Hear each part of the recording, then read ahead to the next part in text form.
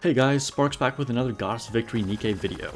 Makima is here to ruin your life, and if you're watching on the day of release, there's still one day for you to pull for her if you haven't already. Most of you have probably already decided to do it or not, but maybe this will help a few of you if you're unsure in the last minute. More importantly, I hope this will help those of you who have gotten Makima to get more value out of using her. As with all my reviews, I'll talk about her skills, what she's like in PvE and PvP, cubes, squad mates, and alternative units. So Makima is a water-type Burst 2 defender unit with SMGs from Abnormal.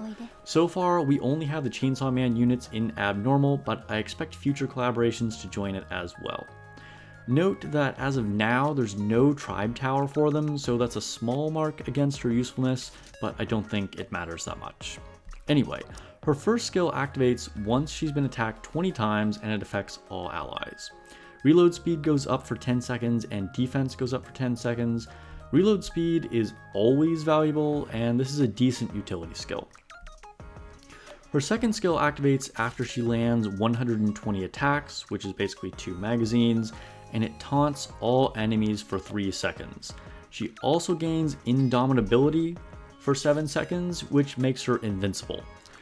It also decreases burst cooldown. This skill is definitely the reason to be using Makima. Normally, taunt skills are quite risky. We saw this with Christmas Rupee and others. If they don't have something to keep them alive, it usually goes wrong. But because she becomes invincible, that nullifies that risk. Now, the big caveat here is that she can only do this once per battle, which means in many PvE cases, she really won't be around long enough to make a difference. But more on that later. Her burst has a 20-second cooldown, and it gives her Pierce for 10 seconds and recovers HP a percentage of the damage she deals every time she deals damage. Plus, Indomitability.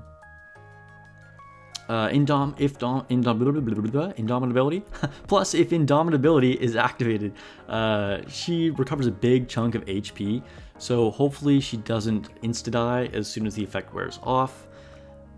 Maybe that matters, usually it doesn't. Pierce is a very strong buff, but unfortunately, as a defender with SMGs, she just doesn't do enough damage to make much use of it, so oftentimes that doesn't really matter that much anyway. As a tank slash support, cubes should be a priority for your other units first, but assuming you have, the cubes left over, I prefer to give her the assault cube for the hit rate up, just because SMGs are pretty inaccurate. Alternatively, you can give her the resilience cube and really lean into that reload speed. I didn't even bother including a shooting range test in this video because, again, as a tank, her damage really doesn't matter much, and there are many other Burst 2 units you could use if all-out DPS is what you're after. Not only does she have relatively low damage herself, but her SMGs charge the burst gauge very slowly too.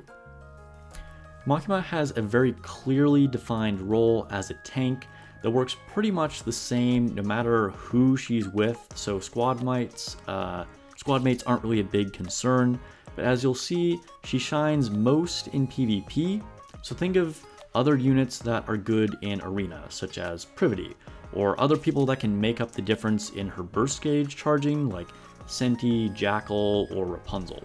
Rapunzel can also theoretically help her stay alive after her Indomitability wears off. I tested her in PvE, like Simulation Room and Chapter 19 of the campaign, and for the most part, she wasn't really that useful. Basically, the rest of my team was either good enough, so we won without her, or we were struggling, in which case she'd go down shortly after her Indomitable wore off, and the taunt goes away, of course. So that was followed by the rest of the team taking an L shortly after. The problem is that most PvE fights just last too long for her Indomitability to be very useful, and once it's gone, taunting just makes her take a ton of damage from multiple enemies, and her damage isn't really that helpful either. The big exception here to her general PvE lackluster performance are specific boss encounters, most notably the Train. But before I get into that, please take a second to hit that subscribe button. For more Nikke videos, I'm an official content creator for Nikke, but I'm still completely unpaid, so getting 1,000 subs would really help me a lot. Thanks, fam. Anyway, even playing in auto, you have a decently strong team for damage.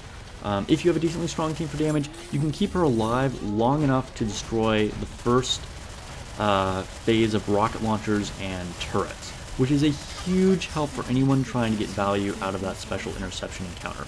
If you practice dodging with her, you can make her last even longer and get a full clear. So in that case, she is extremely helpful.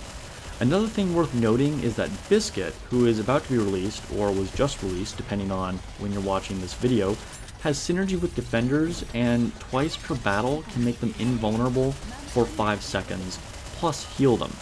This makes Makima invincible 3 times for a total of 17 seconds.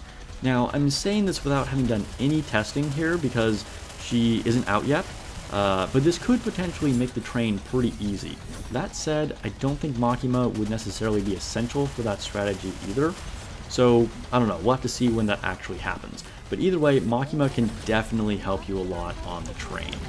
Okay, coming back to reality here, Makima is fairly useful in Arena. I don't think she's the ultimate burst 2 in PvP, but she can be very frustrating to fight against, and a big asset to one of your special arena teams. Generally, matches go by very quickly, so her indomitability basically makes her invincible the entire fight, taunting all the enemies, so the enemy team wastes all their single target moves on her, freeing the whole team, the rest of your team to just like wail on them while Makima doesn't even blink. I suggest putting her in the last or second slot of your squad, depending on who else you're using. So Makima is a unique unit that is a very useful unit in her specific niches, but lacks a lot of general utility. Also, I still hate her, and she can eat shit and die. But tell me why I'm wrong. Let me know what you think. Anyway, thanks for watching.